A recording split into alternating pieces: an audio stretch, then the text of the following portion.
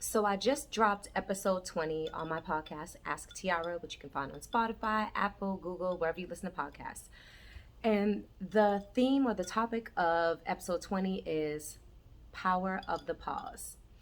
The month of April, I've been focusing on the biggest lessons that I've learned when it comes to communicating, right? Because I feel like communicating or lack of communicating is a dark space, so kind of like April showers. But when you learn how to do it well or better or evolve, it's made flowers, right? You can bloom and you can get better at it. So power of the pause is, it's very personal to me because I would say organically by nature, I'm a very confrontational person, right? So if there's a disagreement or something that's turning into an argument, I want to settle it right now. I want to get to the bottom of it and I want to feel better. And that's the way that I always approached any disagreements or any kind of confrontation over the years. And I definitely was extremely frustrated with anyone who didn't want to fix it right now because I felt like, if you love somebody, if you care about why they're upset, if you care about what's happening, then you should want to fix it right away. Did that work? It hardly ever worked. And I feel like I definitely know that a lot of people I talk to in life coach run into the same issue.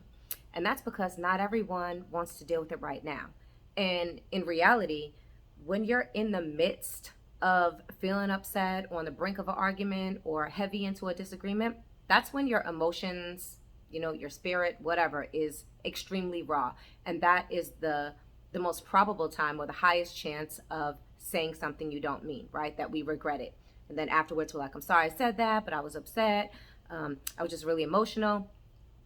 That's why I have now learned the power of the pause, which means as soon as I feel that feeling coming on, I pause, because I now realize that allowing myself to step back and even honestly take an hour or two or even a whole day, a couple of days to really process how I feel is the most effective. It's the best way that I can show up as the best version of myself when I'm trying to express how I feel, especially when it's something that I'm upset about, or if it's something that, is hurting me, or just even a point that I'm trying to get across. I speak best, I act in my highest form when I've taken a pause. And even though that's not a natural feeling for me. So just because I know that that's the best thing to do, even now when I'm on the brink of something like that, I still want to get it. I still naturally want to fix it right then and there.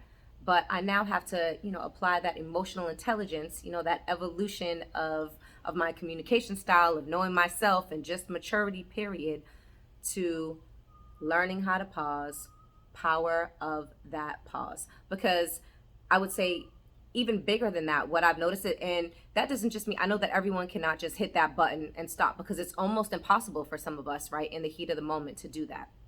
So you kind of have to redirect that that intensity or that anger or that sadness. You have to redirect it in a way that works for you. Maybe you pray, maybe you go for a walk. I know those are all kind of like, they sound good, but can you really do that in the moment? Something I do is organize my thoughts by writing them down, typing them down. And I treat that, it's not like I'm journaling, but I treat that outline as a way of, when I come back to the table to discuss how I'm feeling, these are the things I want to cover. So I kind of focus my direction towards organizing those thoughts, because I know ultimately those are all the points that I want to hit. And the craziest thing is, when I do that, right, in the heat of the moment again, write them all down. There'll be, 10 things, 20 things that I want to cover. And then when I look it over the next morning, like 10 of those don't even matter to me. More than half of them don't even matter to me. And that's just another testament that how I feel in that moment, or how we all feel in that moment, is just so emotionally charged that things that are not really important feel like they're important, right? And there are things that when you express them, you might regret, or there are things that don't really ultimately lead to a solution, which is what we're looking for. So I hope this resonates. Power of the pause is real. The more that you start to accept it, the better you'll get at it. Pausing is power, so use it to your advantage.